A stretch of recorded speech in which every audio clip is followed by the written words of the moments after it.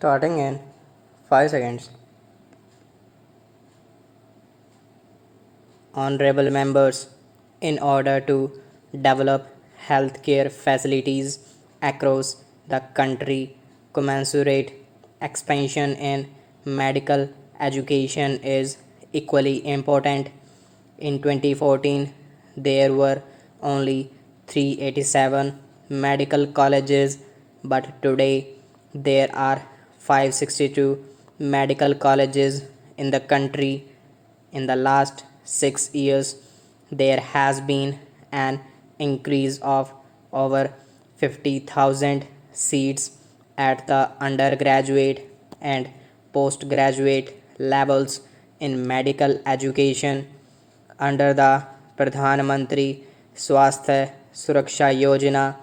The government has also sanctioned 22 new aims. The central government has laid the foundation for historic reforms in the field of medical education by establishing the National Medical Commission along with four autonomous boards. The decades old Medical Council of India has been replaced with the National Medical Commission as a part of these reforms. Atmanirbhar Bharat Abhiyan is not just confined to manufacturing in India but is also a campaign aimed at elevating the standard of living of every Indian as well as boosting the self confidence of the country. Our goal of an Atmanirbhar Bharat will be further strengthened by self reliance in agriculture. With this idea, the government has, over the last 6 years, attempted to bring positive transformation in the seed to market system so that Indian agriculture is modernized and also sees growth.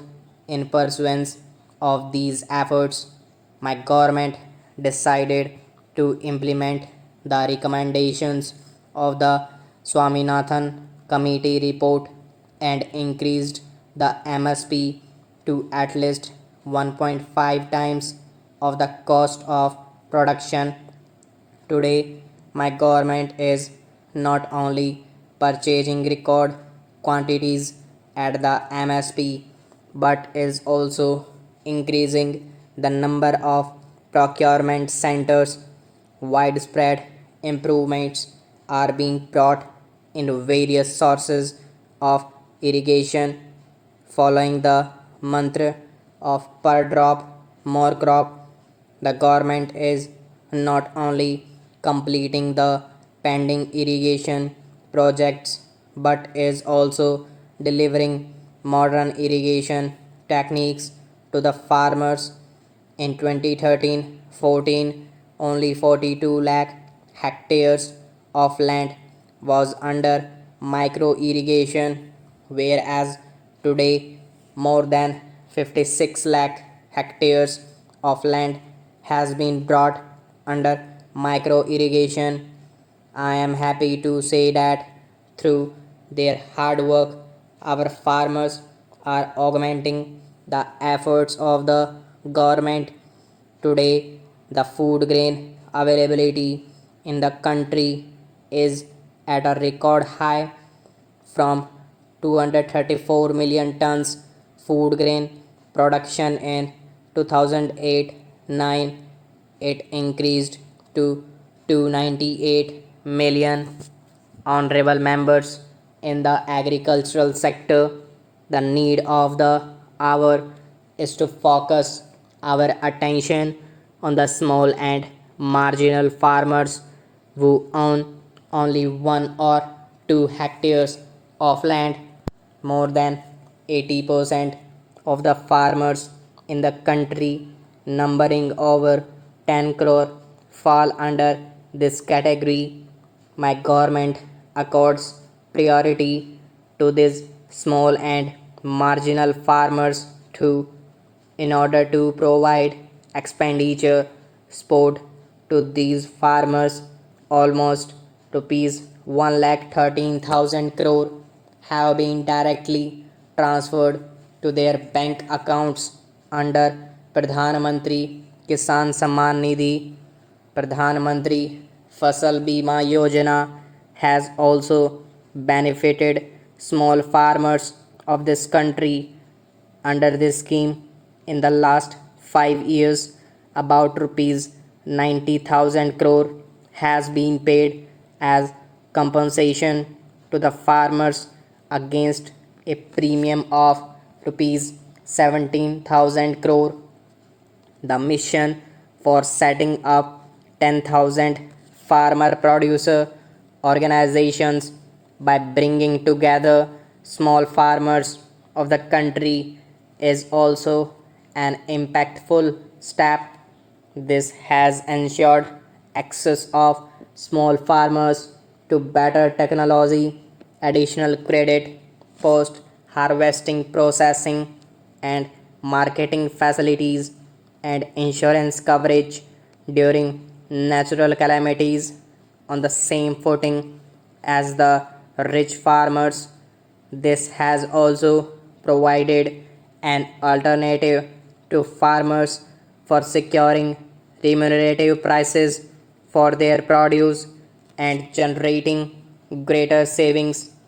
After extensive consultation, the Parliament approved three important farm reform bills 7 months ago, namely the Farmers' Produce Trade and Commerce Bill, the Farmer Agreement on Price Assurance and Farm Services Bill, and the Essential Commodities Bill. The benefits of these three important farm reforms have started reaching more than 10 crore small farmers instantly. Appreciating the advantages that these reforms would bring to the small farmers, several political parties too had from time to time expressed their support. The discussions over these farm reforms in every part of the country for over 2 decades, and the demand for these reforms at different fora were also reflected during the deliberations in the House. Presently, the Apex Court has stayed the implementation of these laws. My government respects the decision of the Apex Court and shall abide by it. My government holds in high esteem value of democracy and sanctity of the Constitution. It is constitutionally making efforts to dispel the misunderstanding created in the context of these laws.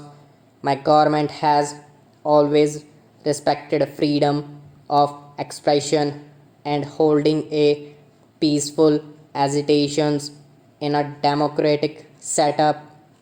However, the recent acts of dishonoring the national flag and showing disrespect to the auspicious occasion of the Republic Day are unfortunate. While the Constitution gives us the right to freedom of expression, it is also expected that we abide by the laws and rules with equal sincerity here. Stop.